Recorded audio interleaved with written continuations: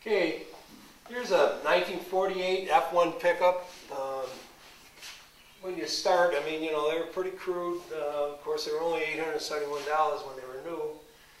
That's a long time ago, obviously, but we removed the rain gutters, cleaned up, got what we refer to as a Lexus type fit on the doors. I wish the door was on there now to show you, but typically a 3/16 gap all the way around the door.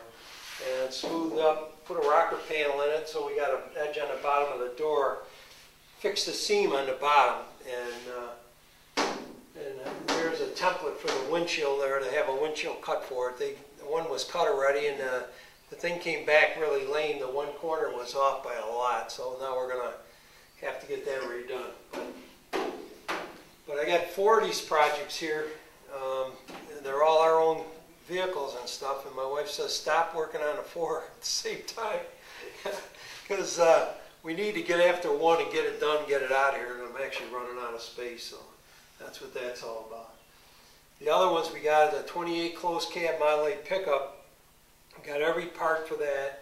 Got 2 chassis laying against the wall over there that are made for the Model A's. And what I do different, our chassis there that I was making before was Accuride chassis, and I dropped the floor 6 inches so that when you sit in a Model A, instead of having your feet up on top of the frame, the floor is 6 inches lower, so you sit in it like a real car. I mean, it's like being at a kitchen table. They're very, very comfortable. Of course, an independent front end, rack and pinion steering, and I got the 2 frames done for the 2 cars, the 131 Vicky and the 28 closed cab pickup. This chassis is done for the 48, and the 38 there, the chassis is already done on that car too, but the body, it's about 2/3 done, the car is. And that car had 16,800 original miles on it when I found it. Absolutely the neatest one I've seen. The Vicky, that's another story. That was supposed to be a beauty, and I'll tell you what, it wasn't that nice. The 31 Vicky, but got an English wheel here, so we make just about any panel we need, door skins or cowl patches or anything like that, and flush them in. This was a panel here I ended up buying for the 28 closed cab. It's a little hard to make with a reveal all the way around the edges, so I ended up doing this for a closed cab pickup truck.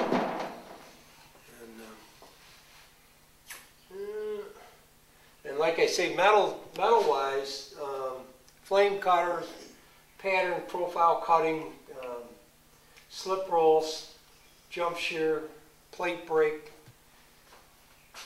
heliarc, wire feed welders, sandblasters. I mean, it's like a milling machine. Got just about everything you need. And keeps us off the street, you know. And when we're bored, we're not bored because we're down here. They come down every day, and that's what we do. This is the front end for that 48, and change the intake a little bit, and all the busy stuff from the motor is under the inside the fender well. And so when you look in, the motor is a 4.6 liter motor. You look in and it's nice and clean. There's nothing under the hood. And this thing's pretty close now. It's another thing when you start getting older and stuff, you know, you get a little smarter, you hope. And what part of the deal is that you don't like to bend over anymore and lean underneath the cars and try to work underneath them and everything. So I sat down and designed this rotisserie. And it's a pretty unique piece because you can lift the car, you can take it right off the floor and pick it right on up, turn it 180 or 360 degrees, I'm sorry. Just flip it right on over, set it back down. Most of them are restricted. You got to jack them up a ways before you can pick them up, but I ended up using a boat strap for it, and bearings and everything in the collar, so I can go right on down to the floor. So I've got a lifting about 4.5 feet. I can raise the thing. And so it makes it a lot nicer to be able to rotate the car to work on the bottom, work on the floor. You got it up here instead of being underneath with everything falling down on you and stuff like that. So, but this one here, I was making them in my shop before I came down from New York, and everybody that walked in wanted one, and you know, and I'm just, you know, I'm just making it for myself. I'm trying to take it with me. And I ended up selling the first 3 of them to customers because they said, well, you know, geez, I've been your customer for 25 years, you know, and all that stuff. So this one, what I did is I started making the thing, and I never even took a chance of painting it. I'd make a piece, and I'd take it over to my father's house, and I'd hide the thing. And so when I came here 10 years ago, and it wasn't painted. Anyways, nobody knew I had it. I snuck it over to my dad's. But just about anything that you make to make life a little easier, somebody's interested in, you know. And when you look at a normal rotisserie, they're really, really small. They're thin gauge tubing. A lot of them, they grease up a tube and slide it inside another tube. And this, I ended up using rear wheel bearings on a front wheel drive car.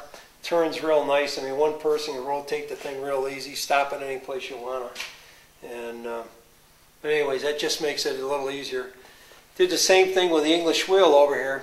Other than a good friend of mine, a German machinist, made all the anvils and everything. Of course, we made everything else, and made a lot of parts with it. And the thing works real well. Just about anything here, we just about made everything ourselves. But that's how it goes. But it's just surprising how much you can do with it. And the reason for making that in the beginning was I'd buy replacement panels for cars for a customer, and I'd end up spending 2-3 hours making the parts so it would fit the car. And you couldn't charge the customer. I mean, you know, the part's supposed to be pretty close, and it wasn't even close. Finally started making my own parts, made my own English wheel, and got a machinist to make the anvils for me. And now we make our own parts, and now there's no excuse, you know. So it's just like those door skins there, although those are pretty nice.